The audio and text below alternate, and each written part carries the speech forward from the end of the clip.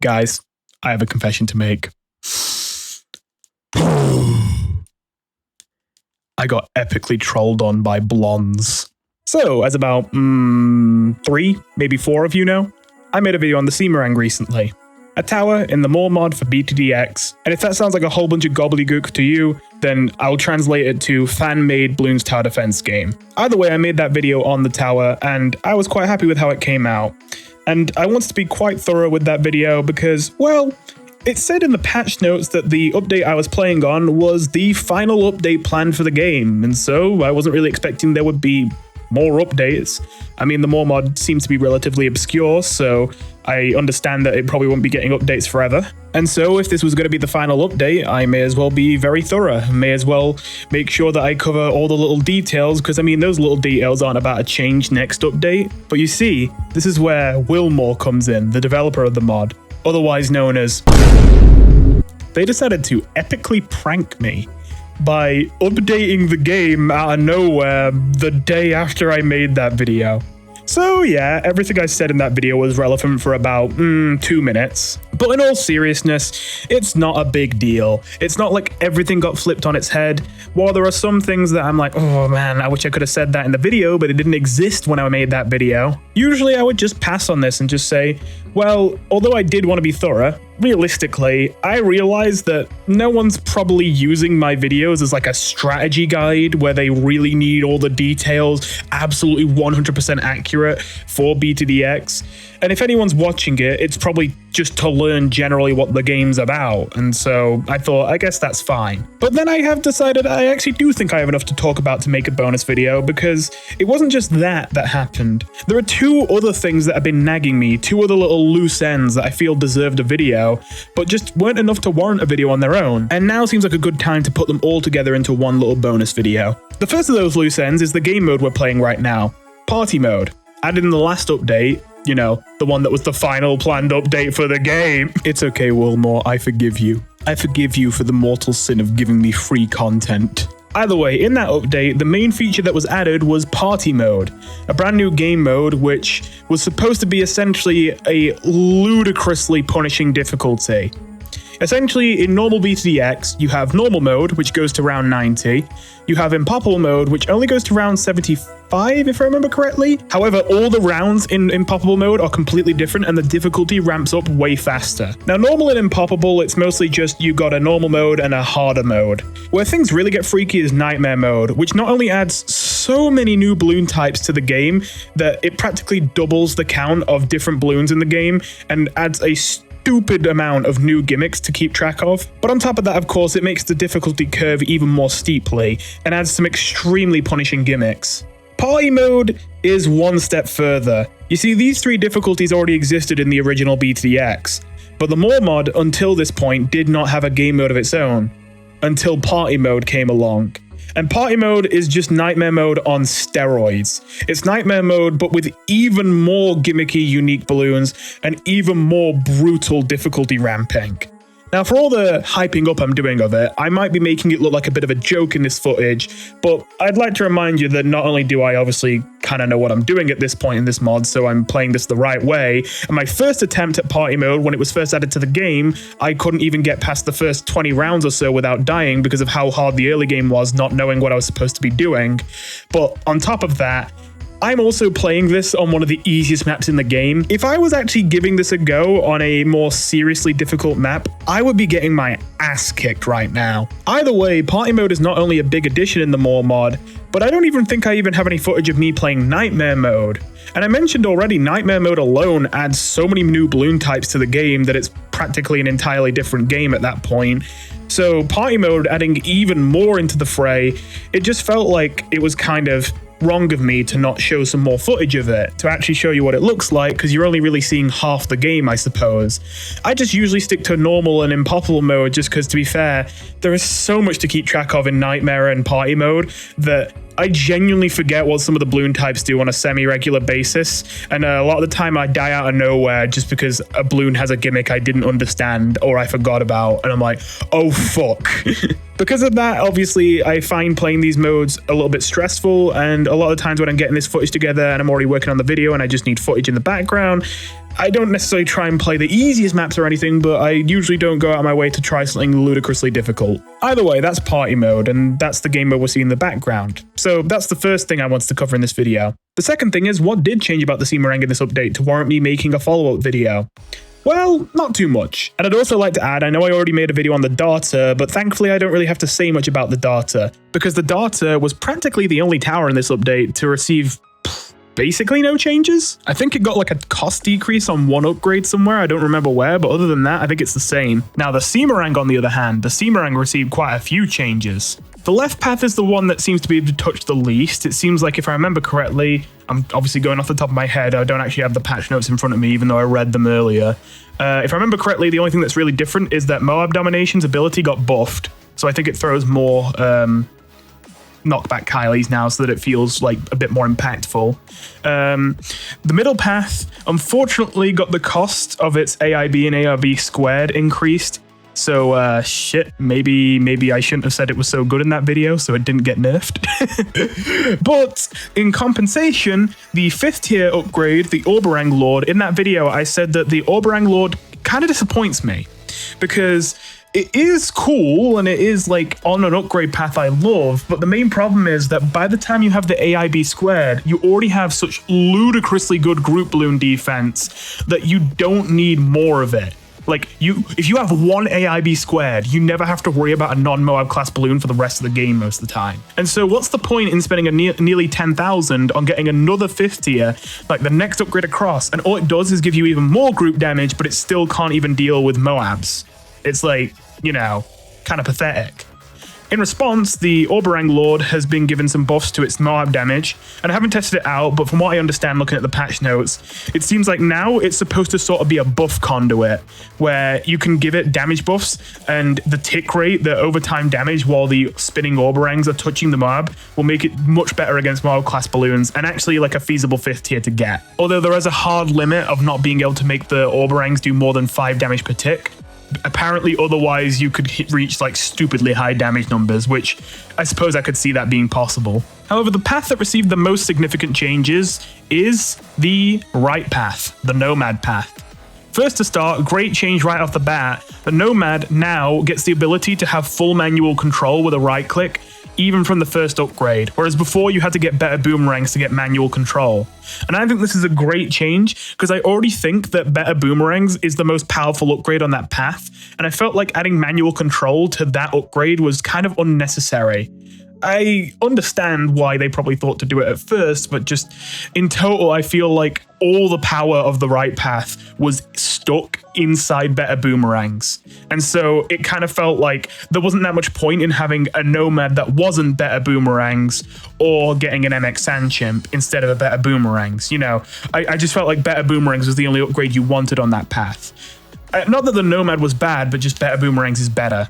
Now that the Nomad is so much cheaper still than better boomerangs, but still has the full manual control option, now you actually might be getting the Nomad and not better boomerang sometimes if you need particularly cheap early game defense, and you actually, for whatever reason, don't care too much about the income you get from better boomerangs. And that might sound really niche, and don't get me wrong, it kind of is, but there are going to be situations where that will happen. I mean, I could imagine if you're playing a multi-lane expert map where you need camo lead on every lane, but you don't really need strong camo lead, you just need something that can pop camo and lead that can attack all lanes, then, well, the Nomad's going to be your cheapest option in the game. It only costs like about 1,000 in total, it's got full map range, and, well, it can pop camo and lead. It's literally the single cheapest option you're going to have for in the entire game for universal full map camo lead popping. This is technically a nerf to better boomerangs, but I don't really mind so much because better boomerangs is still the best upgrade on the Ceemerang, probably, in my opinion, so yeah. But where things really get spicy is the biggest change, the MX Sand Chimp. As it turns out, Wilmore took some notes from my video and decided to completely rework the MX Sand Chimp. In my video, if you missed it, and sorry if you're a bit lost if you missed it, but in my video on the Ceemerang, I said that the MX Sand Chimp, the final upgrade on this path, was a bit of a weird one where I liked the idea, but I felt like it fundamentally did not work in the game. You see, what the MX Sand Chimp did was, for about 7,000, it gave you a slight attack speed boost, which is kind of underwhelming, and it gave you an ability. This ability, when you activated it, would do a full map heal on all your towers. And again, for those of you who missed that video, in BTDX, there are some balloons that can fight back against your towers and stun them, and you need to use heals on these towers to make them recover from stuns more quickly, otherwise they'll be stun locked for eternity. So that's what the heal's all about. So essentially, this is just an ability you can use to unstun your towers, and it's full map range, and yeah, that sounds like it would be useful. Only problem is, the Alchemist in this game has a health potions upgrade, which allows it to heal all towers in its range, and it heals at an extremely fast rate for an extremely cheap price. And in my experience, one single health potion Alchemist outdoes an MX Sand Chimp. Not to mention, you already want the Health Potion Alchemist anyway, because the next upgrade after that is the Boost Potion, which grants plus 33% attack speed, and you want to get that upgrade almost every game. Getting plus 33% attack speed potions for only about 2,300 on an Alchemist that can be affecting any tower in the game is obviously enormous and helps you out so much. So obviously, it seemed to me, why would you ever bother with an MX Sand Chimp when the only heal you need is, well, an Alchemist? And the only answer I could come up with is peace of mind. Because it is possible that the Alchemist that's supposed to be healing your towers gets stunned, and then no one can heal it because it's the only healing tower, and then you're fucked. But it doesn't happen all that often, and so essentially I would only think of getting the MX Sand Chimp alongside an Alchemist, and just using the MX Sand Chimp as like a standby. If the Alchemist gets stunned, I have a button to unstun it.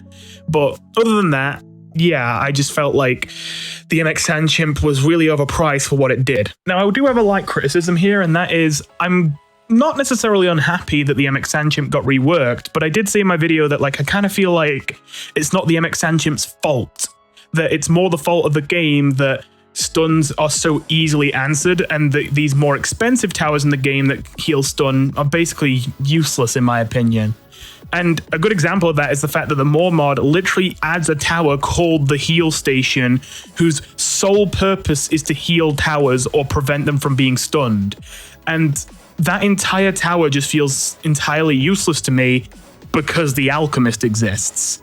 So while this rework fixes the Sand Chimp, I don't know if it was the right direction to go, just because I still feel like the heal station isn't fixed. But then again, it would probably be a huge undertaking for them to completely rework how stun works in this game, so... Or maybe I'm even being off base here, maybe I'm not getting the full picture here, but that's just what it seemed like from my perspective. Like, stuns just weren't enough of a threat to warrant a lot of these healing upgrades besides the Health Potion Alchemist, which you want anyway. Okay, so with all that said, what actually is the MX Sand Chimp rework? Well, first of all, it is far better as a tower in its own right now, although unfortunately that does mean the price went up. It now costs just over 9,000 rather than 7,000, and now it deals double damage per boomerang. So it went from 2 to 4. So now, considering it's a full map range tower with camo lead popping, it's actually got some decent DPS. Alongside that, its ability got entirely replaced, though with an ability with a sort of similar use case. Essentially, they decided to completely remove the old ability of giving a full map range heal, which at first I was going to say I was disappointed about because, again, I didn't think the idea was bad. I just thought that we don't need it and maybe we should add something to the game that makes you need it. But in fairness, I also realized another problem, which I had forgotten about in the moment, is that the heal station also has an ability which instantly heals all towers on the screen. So in fairness, it kind of was overlap and redundant for the MX Sand Chimp to be a full screen heal when we already have another tower that's made for healing that also has a full screen heal ability. Either way, the MX Sand Chimp now has an ability which recharges much faster and has a different effect, temporarily giving him a speed boost to his attacks, while also adding an effect to the attacks. Now, I'm going to be completely honest here, I read the patch notes for this and I've played with this, but I still don't fully understand what's going on here, but this is my best description, and I don't know, Will Moore can correct me in the comments. So as I understand it, when you activate this ability, you get an attack speed boost on the MX Sand Chimp, and as it pops balloons, they let out these sort of yellow healing auras. The healing auras is obviously what heals nearby towers, but that means they actually have to be near to the auras to get healed. And I believe the healing auras that heal towers are also capable of popping balloons, so I don't know if that's a chain reaction thing where healing auras can create more healing auras, but it does seem like whenever this ability is used, you get a whole bunch of healing auras stacked on top of each other really quickly. So essentially, now it's a hybrid heal/DPS ability with a much shorter cooldown. I definitely think this is an improvement, considering that the MX Sandchimp, you know, I mostly just got it to be a better boomerangs, and, well, now it's actually good at being that.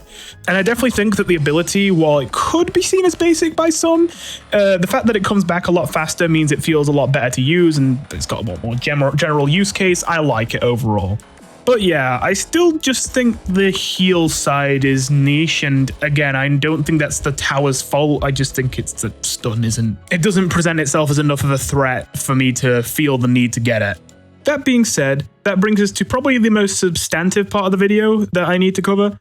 I said there was one last loose end that I want to tie up. And that is that I mentioned offhandedly in some of these videos that you can complete these challenges to unlock the secret 4th upgrade pass for the different towers. And despite the fact that in these videos I seem to be covering anything and everything about a certain tower in BTDX, if you look at my Data and Ceemerang videos, I do not touch the secret upgrade path.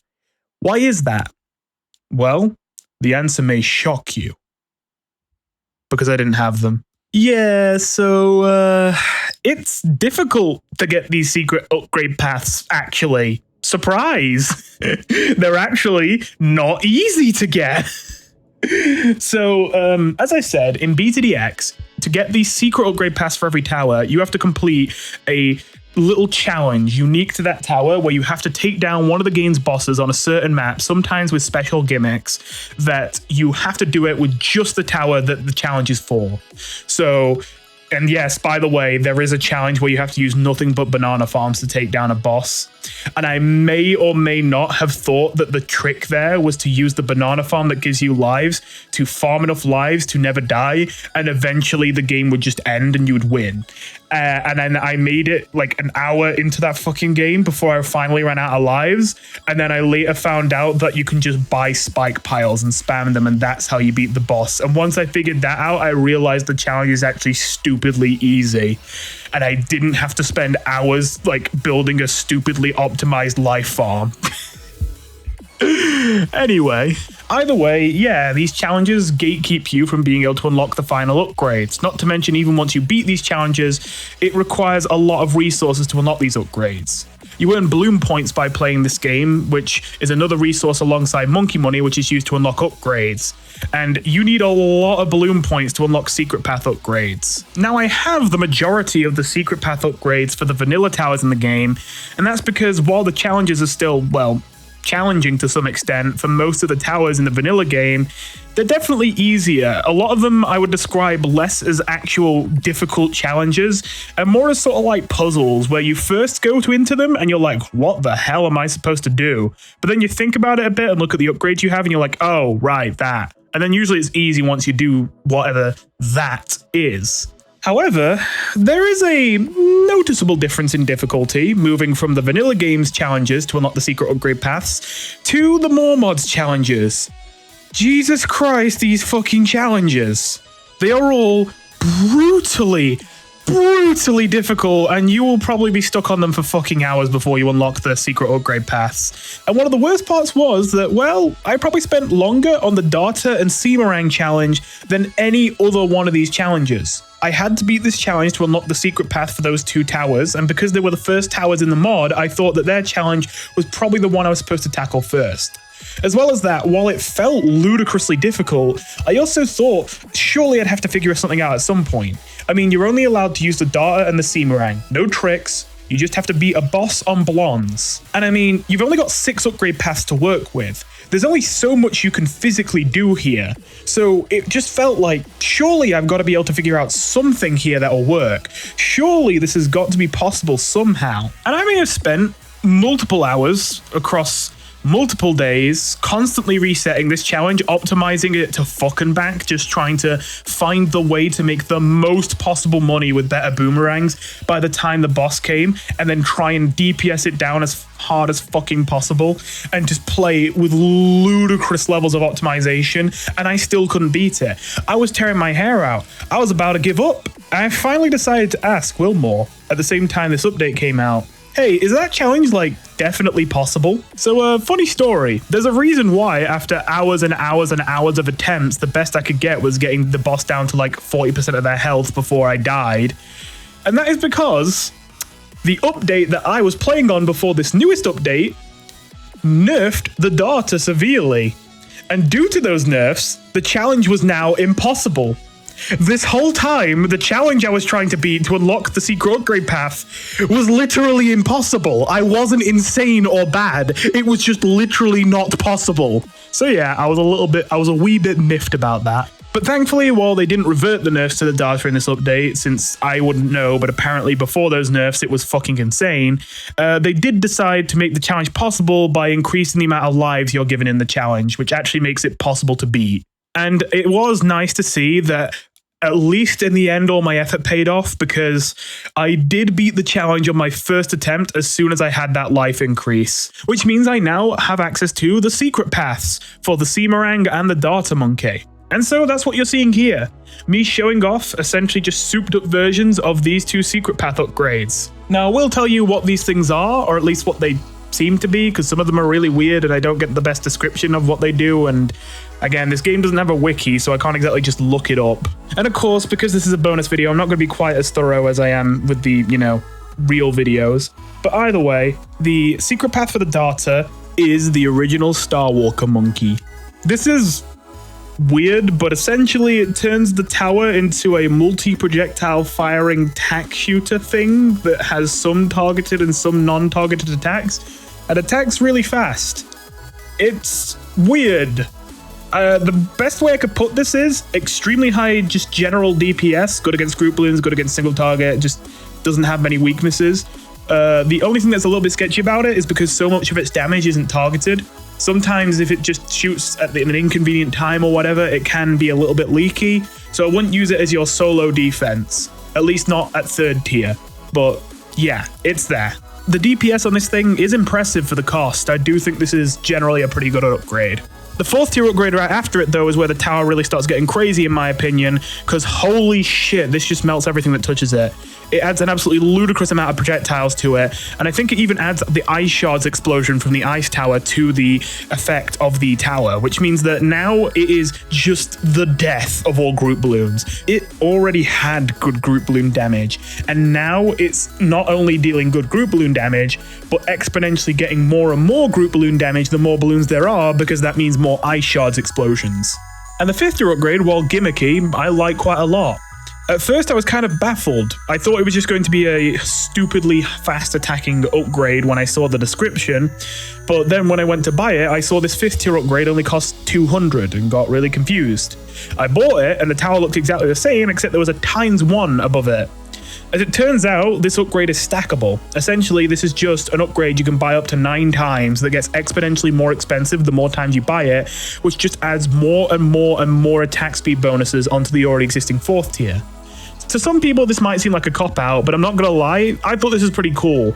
And I also think this is one of the most fitting towers to have such a benefit as this, because I already felt like this tower, just was extremely impressive in its own right, and the only thing it needed to be, actually solo the whole game kind of power level was just more attack speed. And well, there you go. Here's an upgrade you can just mash to get more and more attack speed. I absolutely love it, honestly. As for the Ceemerang, I'm a little bit less ecstatic about the Ceemerang secret path, but that's certainly not to say I think it's bad. First up are the Distractorangs, which they essentially make it so that the boomerang has an extremely strong distraction effect. It basically always triggers and knocks balloons backwards. However, I've got to say, at least at 3rd tier, I actually think this is one of the worst upgrades for the Ceemerang, unfortunately. I do agree that it looks like some very powerful stall in theory, but the problem is that the Distractorangs don't have a lot of Pierce. It's easy to forget because, well, on a lot of the other upgrade paths, you get very high Pierce very quickly. Kylie's already have really high Pierce, the AIB already has really high Pierce, and the Nomad is the only one that doesn't have the highest Pierce, but you kind of expect the Nomad to not have that much damage since it also has camo lead popping, infinite range, manual control, and later down the line, cash income, You're not expecting the most Pierce out of it. The Distractorangs, though, I think don't have any more Pierce than a Thermite Boomerang, which is not a lot when it comes to the late game, which means while it's capable of stunning small groups of balloons for a very long time, it's not very capable of actually holding big groups of balloons away from the exit. I would say that this thing could be better with pierce boosts, but I don't know, man. You'd need to give it a lot of extra pierce for it to be a significant difference, and I just feel like anything that could give enough pierce for this to be good would also be too expensive in its own right to be worth pairing with a Distractorang. I nearly said Explodorangs. That being said, the next upgrade is a nice throwback, the Lightsaber Thrower. If you didn't know, the Lightsaber Thrower used to be the final upgrade for the Boomerang all the way back in BTD4 before it was removed in BTD5.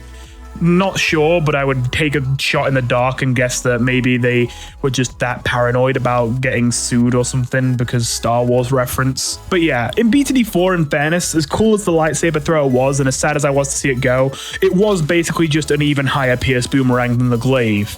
So maybe not the end of the world that it went away. In this game, its damage against normal balloons and mobs is more impressive though, although it is more expensive. I think the BTD4 Lightsaber Thrower was only like 1,700. This one's like 10,000. Lastly, the fifth tier on this path, I don't have a whole lot to say about, but that doesn't mean it's bad.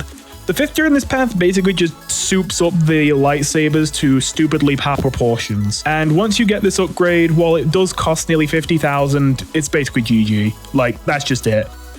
I'm not actually sure if this fifth tier has camo detection on its own.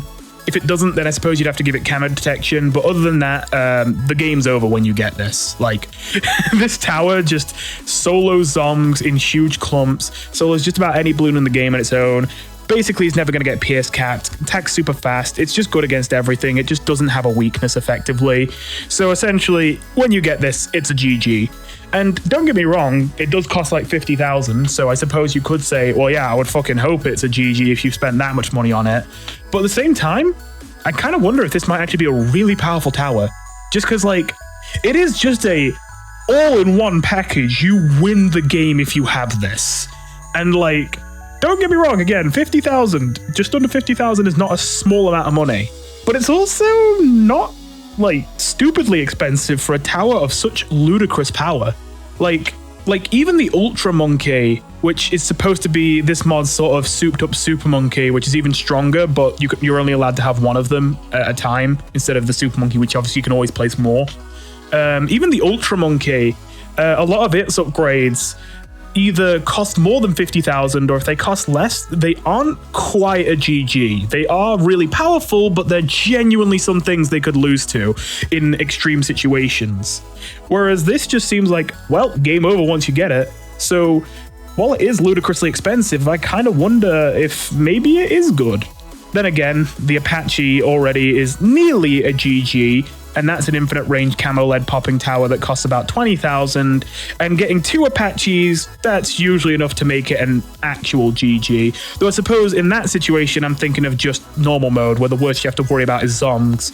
Maybe on harder difficulties, the Apaches wouldn't be impressing me so much.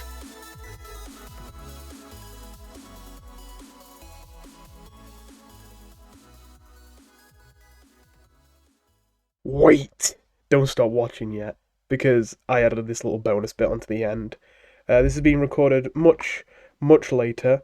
The voiceover for this was recorded like almost a week ago now, and well, this is being recorded just as I'm actually about to finish editing and rendering the video and all that.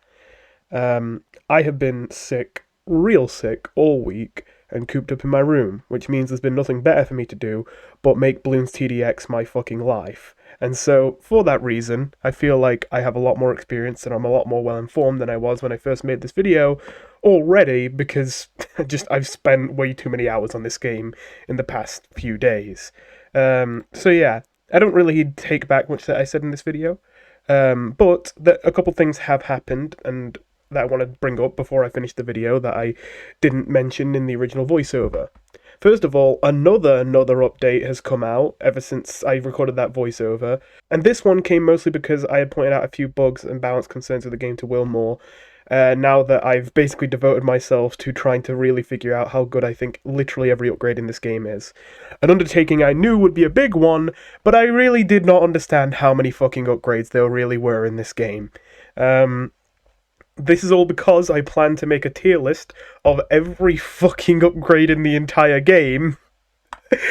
Well, every path upgrade at least. I mean, these upgrades are kind of irrelevant because, like, the first 2 upgrades on every tower you're going to get whether you want them or not because you need to get them to get the path upgrades. But yeah, the path upgrades, I'm going to be doing a tier list of every single one, of which I currently have 456 of them, and I don't have them all unlocked yet. So yeah, and I also haven't done these ones yet, the special tower ones, so that's a whole fucking lot, but I have put together sort of a draft tier list already.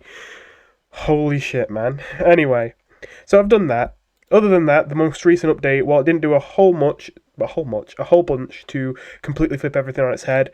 The Monkey Pioneer did get nerfed, and while I don't usually like calling for nerfs on towers that I think are fun, I think it was absolutely necessary with the Monkey Pioneer.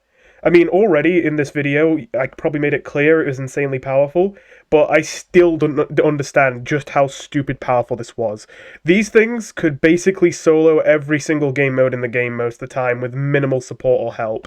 And I noticed that in time trial mode, where you can send any, like, basically it's like BTD6 race mode, in time trial mode, you could literally get away with, as soon as you had a Monkey Pioneer, you could usually just get away with sending literally every fucking round in the game, and it would just solo every round in the game all at once on top of each other. For a tower that only costs that much, obviously that's ludicrous, and in fairness, though, part of that power was the upgrade after it, hypersonic tax, giving it extra attack speed as it goes. Clearly a lot of it was coming from the Ice Shards explosion from Monkey Pioneer, so the price has been increased by 2,000, and the Ice Shards explosion pierce has been severely reduced, so that it doesn't just fucking delete infinite hordes of Moabs. So yeah, I still think it's going to be a really good tower. I haven't messed around with it much in this update, because it just dropped. But I still think it's going to be pretty good. It just maybe won't be stupid through the roof. The game is crumbling apart, broken. Maybe not quite that bad. Oh, Jesus. Beyond that, I guess I was just going to give a quick progress update to say that I now have every single upgrade, including the secret path upgrades, unlocked for all the towers in the game except this bottom row, for which I haven't been able to do the challenges yet. I've gotten close on this one. I've gotten close on this one. I've gotten sort of close on this one. I've not even gotten close on this one. This one's like stupid difficult, and I genuinely don't understand what I'm even supposed to do. But either way. Also, I am now rank 93. I believe rank 100 is the last rank in the game where you unlock anything. So I'll unlock this special tower that's missing right here, and I'll also unlock whatever this Giga Secret upgrade, I guess, is for the Plasma Monkey. I don't know if this is a more mod thing or if this is in BTDX Vanilla as well. Yeah, clearly something spicy is going to be going on here. I don't know what it is yet, though. Anyway, so yeah, as you can see, I've got nearly everything unlocked by this point. It's honestly probably a good indication of just how much I've fucking played, because the gameplay in this video, I was rank 83, and Jesus Christ, by the time you get to ranks this high, it takes, like, multiple games to go up by 1 rank, so that should help put in perspective that, I don't know, I've probably played, like, 100 fucking games since the footage you were seeing in this video. I've even, beaten my first, expert map on party mode. I beat blons on party mode, using another tower I think is crazy overpowered, the Secret Path Spike Factory. And I nearly beat Peaceful Bridge on party mode as well, a more difficult expert map, but this one I got fucked because there's a type of balloon in party mode that only shows up on round 62 out of 63, which the whole gimmick is it's a Moab that's literally invincible until you kill everything else on the screen, and anything that touches it, just the projectile just gets deleted. And somehow, one single fucking balloon got perfectly hidden under the Moab while moving at the same speed as it, so it was literally impossible to hit with anything, because any projectile that would try and reach it would get deleted before it could touch it. And so I just died, because I couldn't pop the balloon underneath the Troy Moab, and I just died. God fucking damn it. There's probably, like, some sort of, like, I suppose maybe I could have salvaged it if I got a ground zero, but I didn't even know what balloon I was missing. I didn't know it was under there, until it was too late for me to do something about it. Anyway, I know I'm getting a bit sidetracked, but just, I'm not gonna lie, a lot of wanting to make this video is that, I wanted to just put something out about BTDX since it's been my obsession recently, but, I didn't want to, make it a super high effort video or anything, because, well, frankly, I'm still going to do them because I like them, but I see how low the view counts are of these videos, you know. I know that I probably can't be spending too much time on them, and I do need to get back to giving the people what they want and all that. But again, I can't contain myself. I've been so into this game recently, I've got to do some content on it. And of course, in future, I will continue to do videos at my own pace, covering future towers like the Tribal Turtle, the Heal Station, don't know what I'm going to do for this one, to be honest. The War Monkey, all these different, yeah. Anyway, with that very coherent and well-scripted point, I think I am now done. Thank you for watching, and I'll see you in the next one, whatever it may be. Goodbye.